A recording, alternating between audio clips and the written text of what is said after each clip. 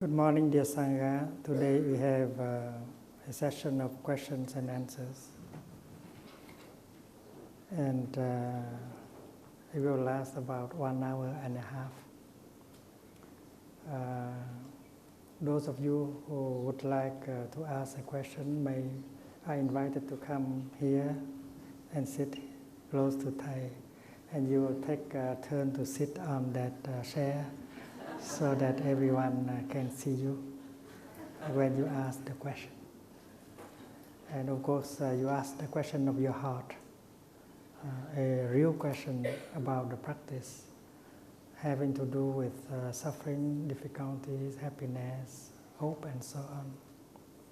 And we know that a good question can profit many people. And we also know that a good question does not need to be very long. In the case you don't comfortable sitting here, you might like to write down the question on a sheet of paper and have someone brought here to Sister Tung Nghiêm, Sister Pai, and she will read it. And from time to time, we take one question that has been written down on a sheet of paper. And those of you who come for the first time to such a retreat are encouraged to come forward and ask questions. There are those of us who have attended so many retreats already, and we should allow our new brothers and sisters in the Dharma to have a chance to ask their question. So please, if you have a question, please slowly come up here and sit around Thai. Before we ask a question, we breathe in and out with one sound on the bell. And after that, we are calm enough, we are clear enough to ask the question.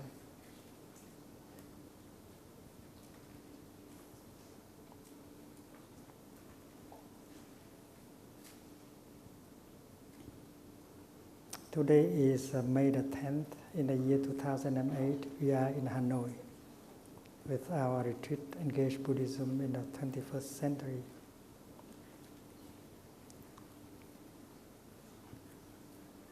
We have a session of questions and answers now, and this is the first question. Let's enjoy our breathing.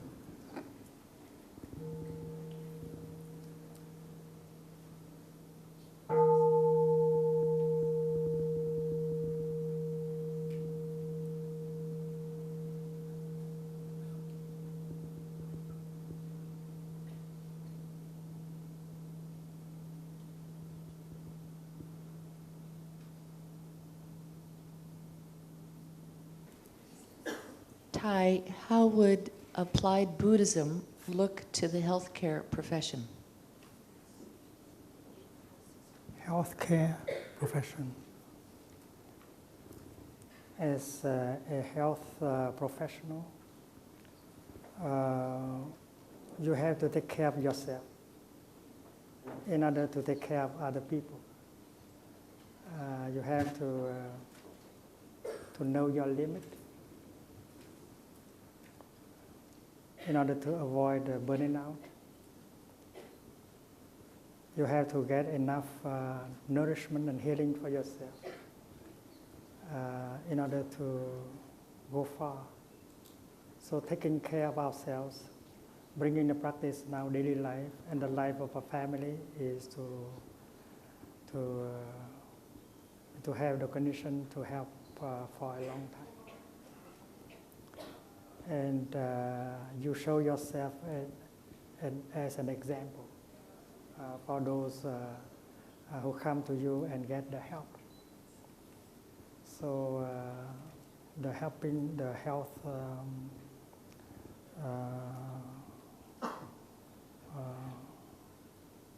helping professionals should embody the practice. And we know that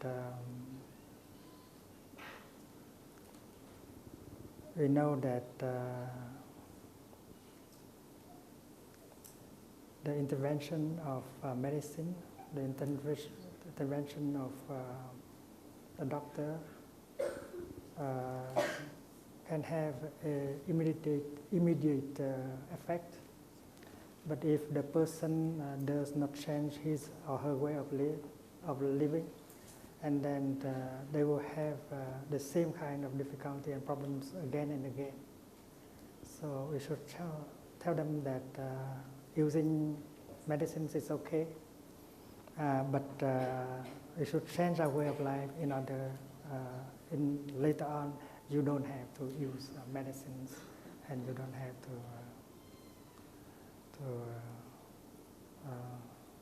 to get the help of other people. And I think doctors and nurses and psychotherapists, they have to come together and form their own sangha to take refuge in and to practice, to maintain the practice. And that is not for ourselves alone, but for the people who want to help. So the sangha is very important. A sangha of doctors, a sangha of nurses, a sangha of health professionals is very important. They should practice maintaining their balance, their health, their joy, their compassion, so that they can go on for a long time. Thank you.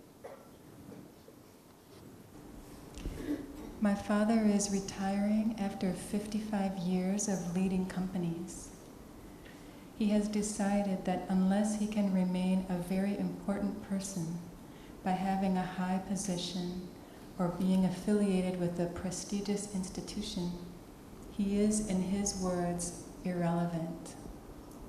He does not want to live as a result. He has said he cares about no one and has no interest left in life. I've tried watering his good seeds and spending time with him, but his anger is very deep, and his manas is 72 plus years strong. How can I help him?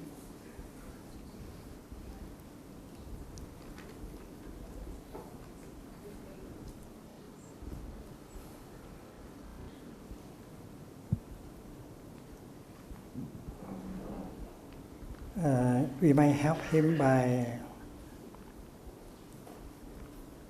telling him to learn to look deeply into his own person, to understand himself.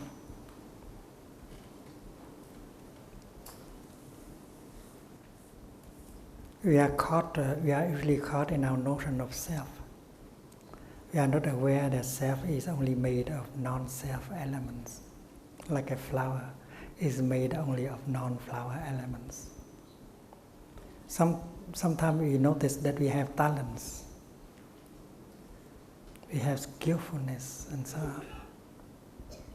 But we should know that these talents, this skillfulness have come from our ancestors. And when you know that the suffering, your own suffering, and your own talent, your own happiness have come from your ancestors, you are no longer caught in the idea that all these things belong to you. You are no longer very proud of your talent,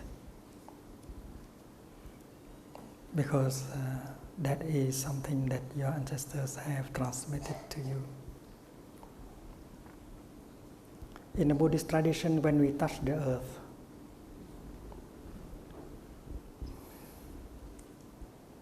we used to open our two hands to show that we are nothing at all. We have nothing in us. Everything has been transmitted to our ancestors. There is nothing to be ashamed of.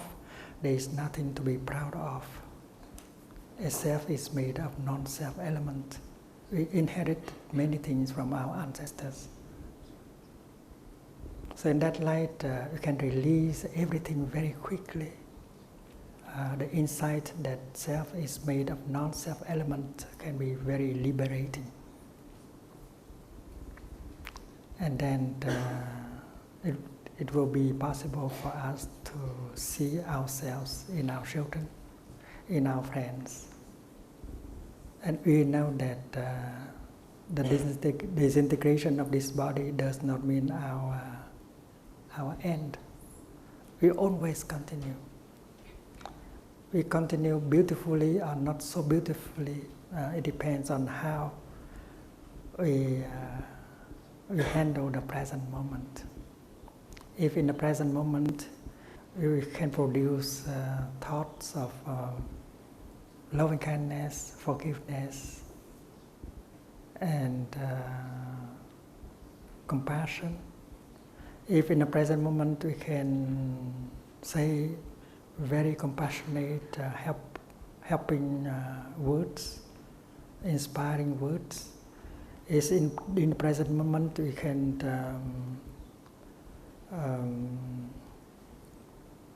perform beautiful acts of compassion, protecting, saving, and then that is our continuation. We will have a beautiful continuation. And we have sovereignty over the present moment. We can make our continuation beautiful or not so beautiful.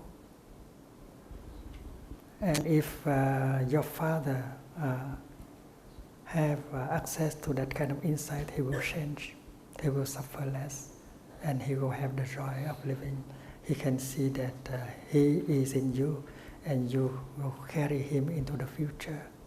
And all his talents, all his experiences are not lost. You continue to have them, and you will do your best to transmit these qualities into the future through your children and grandchildren. And your father will have the insight of who he really is.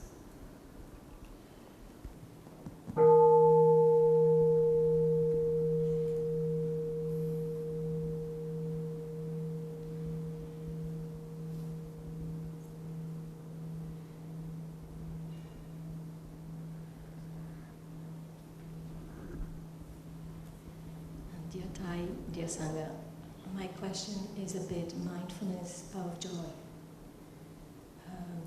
Joy comes with a lot of excitement in it, especially for me. And I wonder if you could explain a little bit more about, should we just watch our joy with detachment and not be too involved with it in act? Or, but if we do this, we would be calming it down until it becomes a seed again. So in this case, we would not be trying to be the good guest, welcoming the guest as long as we can in our living room of our mind. And then would this go against the fourth practice of full diligence you taught yesterday? I'm not sure if I'm clear enough. There is another question. What is the difference between the pleasure sought by manas and the joy and happiness that the individual seeks to bring out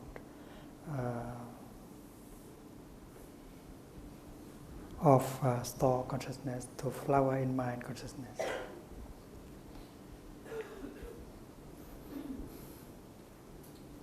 Mindfulness make it possible for us to see into the nature of the joy,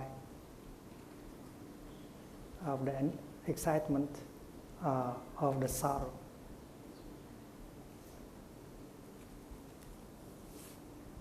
In Buddhism, we speak of the difference between joy and happiness. In joy, there may be still some excitement.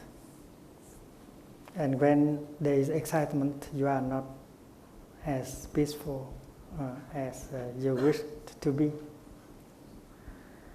In Buddhist terminology, the term an lạc, always an and lạc, always come together. An means peace, and lạc means happiness.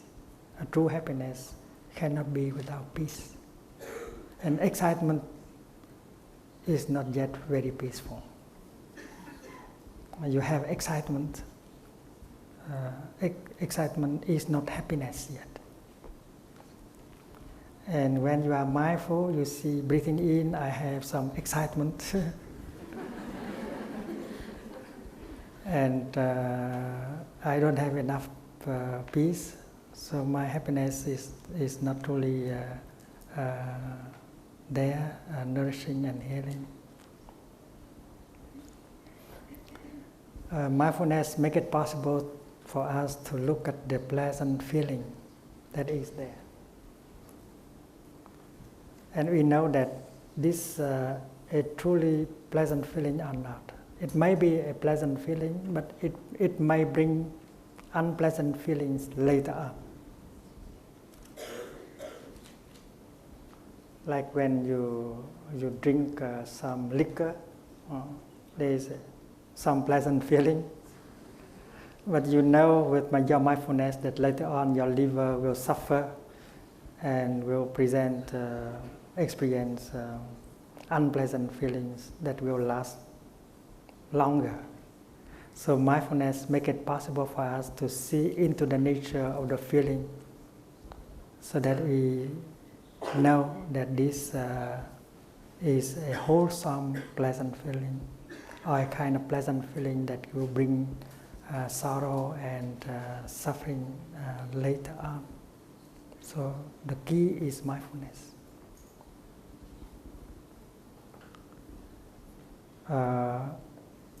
We should be nourished by joy and peace and happiness.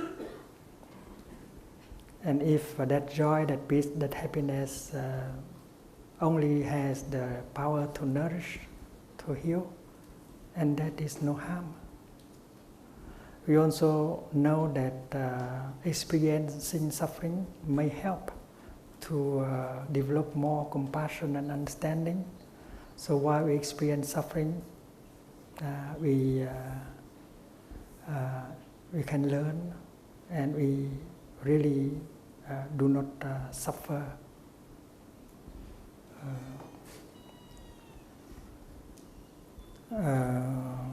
Manas does not have that kind of mindfulness, that kind of insight. So its manner of seeking pleasure is just an instinct. And manas does not know that pleasure may be dangerous. When you throw into the water a hook with a bait, and the fish think that is something very exciting, very delicious, and the fish may bite at the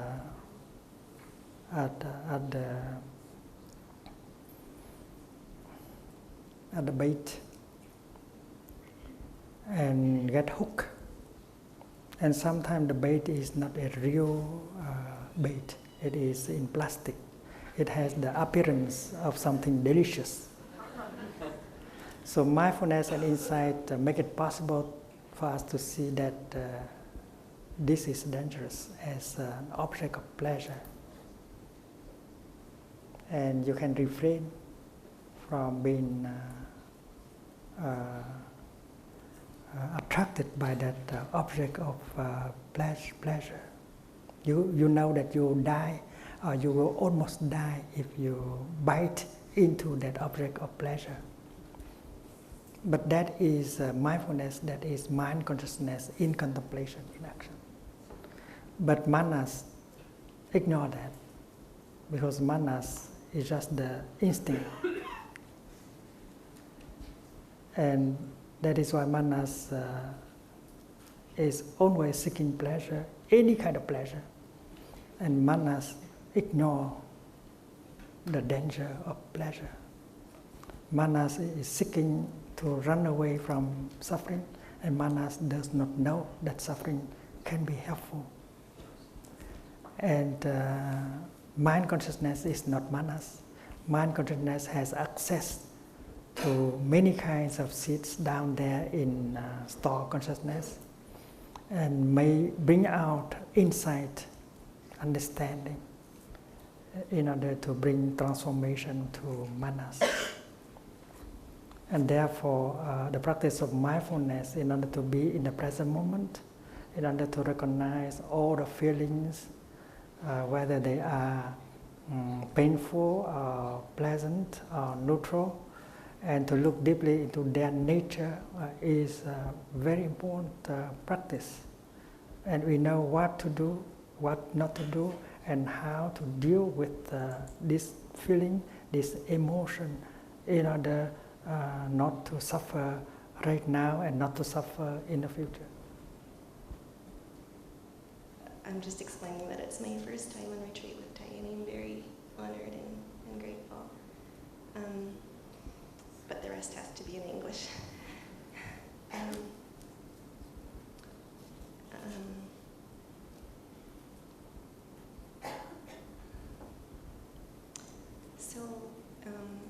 My husband and I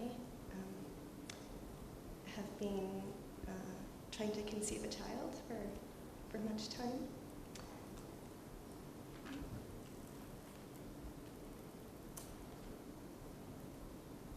But not very successful.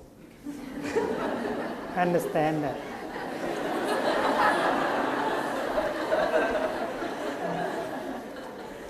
And similarly, my sister and her husband have recently experienced a pregnancy loss. So we've both been experiencing a lot of suffering. And it's just really difficult, it's really sad. Because I think one of my highest aspirations is to experience the miracle of having a child. Yeah. Thanks.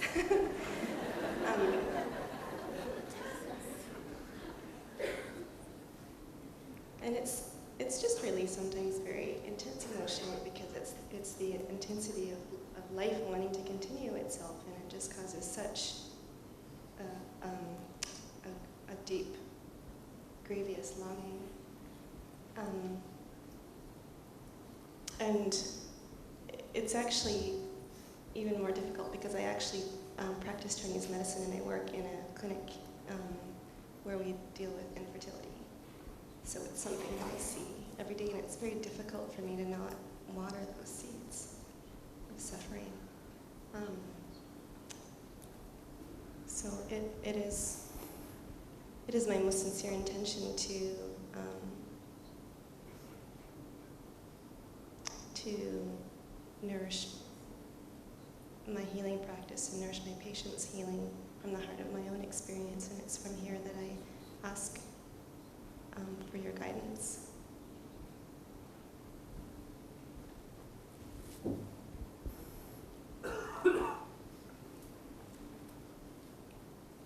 Someone said that happiness is something that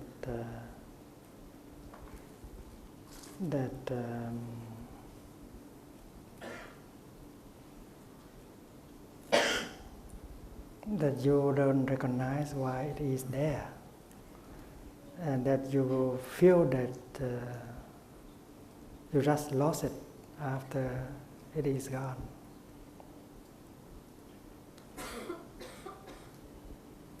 And happiness can be in different forms. We might focus our attention on one thing, and And we call it the basic condition, the most fundamental condition of our happiness. If we don't have that, then we don't have happiness. But there are many other conditions of happiness that are there, available in the here and now. And we just ignore them, and we think that only the other object is a true condition of happiness, but now we don't have. Someone looking at you may recognize all the conditions of happiness that he does not have. And that person may wonder why, with plenty of conditions of happiness like that, you do not enjoy your life. You are looking for something else.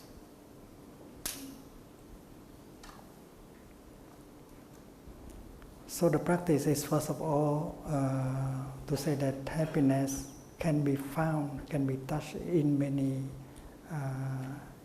aspects.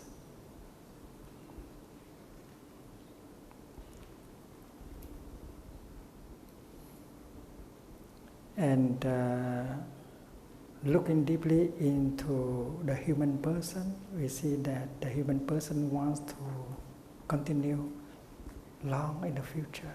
We want to have children, we want to have grandchildren, we want to go to the future, to last very long in time. And that is the nature of other animals and vegetables also. Every living thing wants to last long, to be continued long into the future, and not just human beings. Someone like myself, a monk, always also has the willingness, the desire to last, to go to the future, to be continued. So that is very normal, that is very human, that you want to be continued, and you want to be continued beautifully. And we know that there are those who have children, but who are not happy with their children, and they prefer, and they said that if they had not given to these children, life to the children, they could be happier. You have to take into account all these things. I do not have myself blood children, but I have a lot of spiritual children, and they make me very happy, and they carry me into the future, and I'm completely satisfied. I don't need to have a blood child, and that is a way of looking.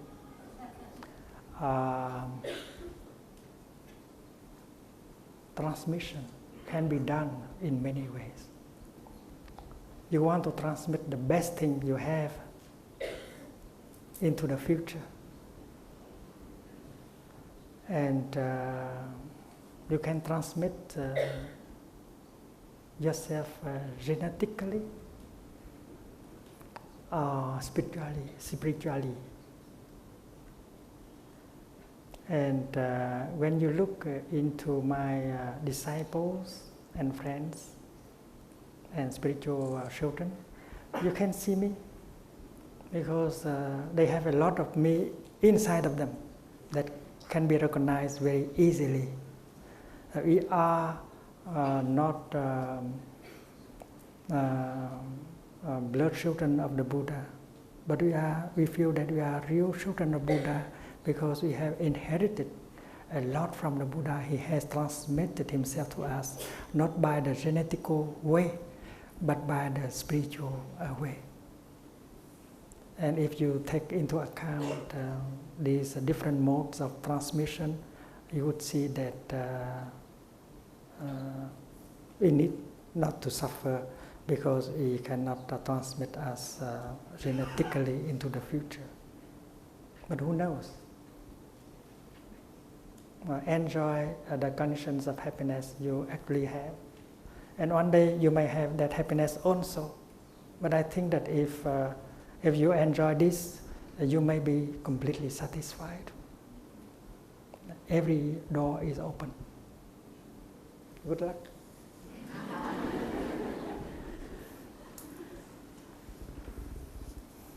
There's a question about depression and medication.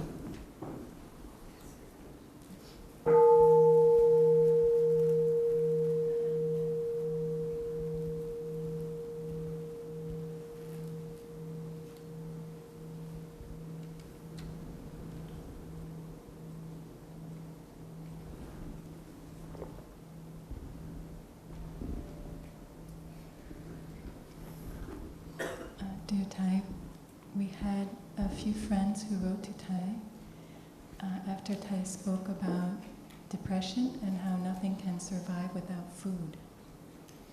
And they wrote either from their own experience or their experience of a loved one or a client if they wrote as a psychotherapist. And their experience that sometimes there's also a physiological aspect causing depression, and that some of these people truly need to take some kind of medication. And the friends who wrote were concerned that Thai's teaching could be misunderstood by the people who may still need to have medicine, and they may stop taking their medicine because they may misunderstand what Thai said to say that there's no medicine that's needed because they only need to stop consuming things that are harmful to their mind, and then that's enough. So they asked Thai to clarify.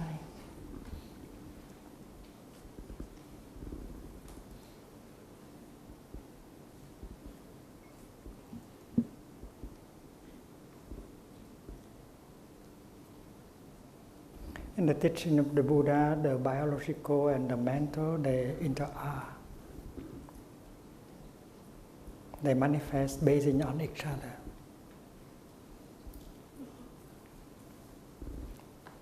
Our emotions, our feelings are very connected to the chemicals in our body. And our feeling, our emotion can produce chemicals that will be toxic to ourselves. And the inhibition and these feelings and emotions can inhibit the production of a certain chemicals, the neurotransmitter, for instance, and that create an imbalance in your body. So the mental can create the biological, and the biological can have an effect on the mental. So things rely on each other to manifest. We don't reduce the importance of one side.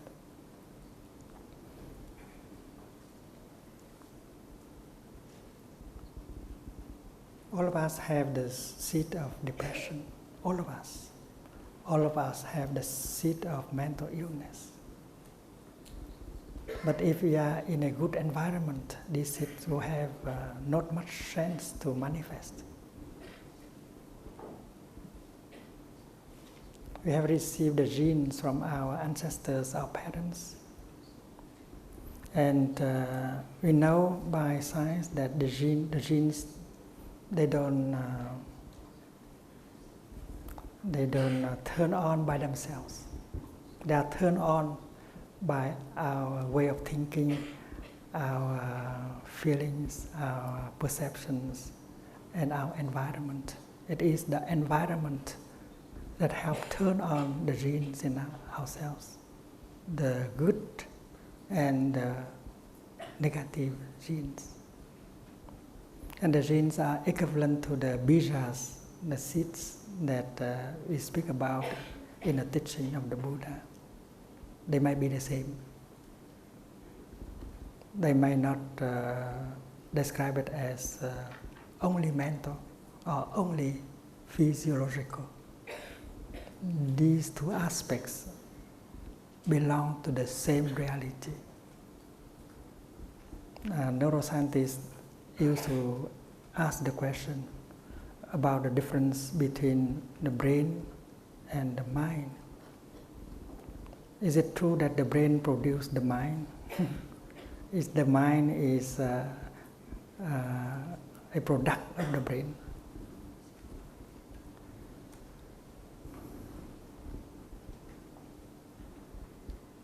How should the activities of neurons bring about the subjective mind? These are questions. But in fact, mind and brain, they interact. This is because that is, this is not because that is not. It's like a body and mind. It's not the body produces the mind, or the mind produces the body, but mind and body are two aspects of the same thing, and they always rely on each other in order to manifest. It's like a coin, a piece of €1. There is the head and the tail, and without the head, the tail cannot be, and vice versa. So mind, body are not two distinct entities.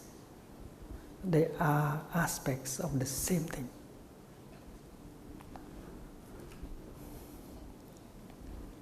And the seed of depression that now manifests may have been transmitted to us by many generations of ancestors.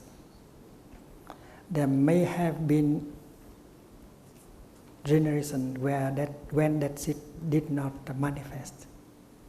But now, because of the new environment, that seed has a chance to manifest. And that is why we have to take into account the element of environment. And environment is the object of consumption. Because elements of the environment touch off and turn on the seeds, turn on the genes in us. And that is why the teaching of the Buddha about food is very important. We consume not only the edible food, but we consume also with what we hear, we see, we feel, we touch, and so on. Sensory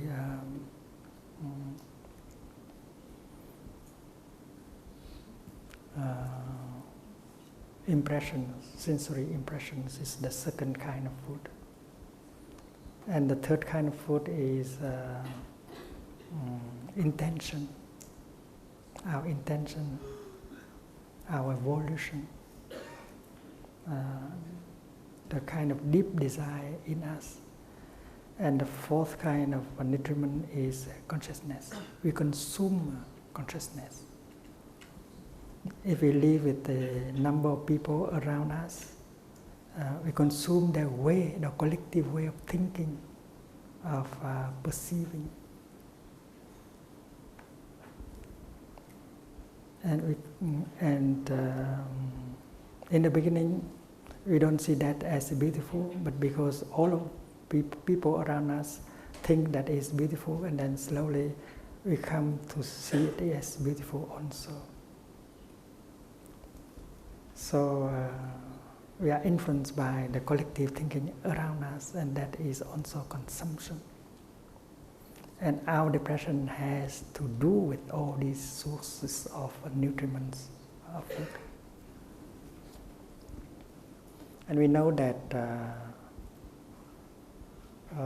if there is an imbalance within our mind and our body, there may be some disorder in our mind, in our body.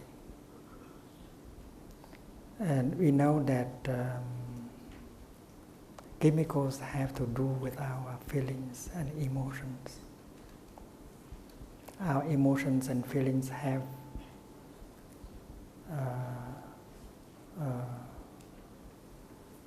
connection have to do with the chemicals also. If we used to think, to worry, to perceive in such a way, and then our body can continue to produce or even overproduce such chemicals that will bring disorder to ourselves, to our body and mind. Or if we think and do and consume in such a way, we may inhibit the production of such chemicals that are essential to our balance. So both aspects are important, and we have to take care of both. Medication may help, but if you count only on medication, you are wrong. And doctors and psychotherapists, they know that.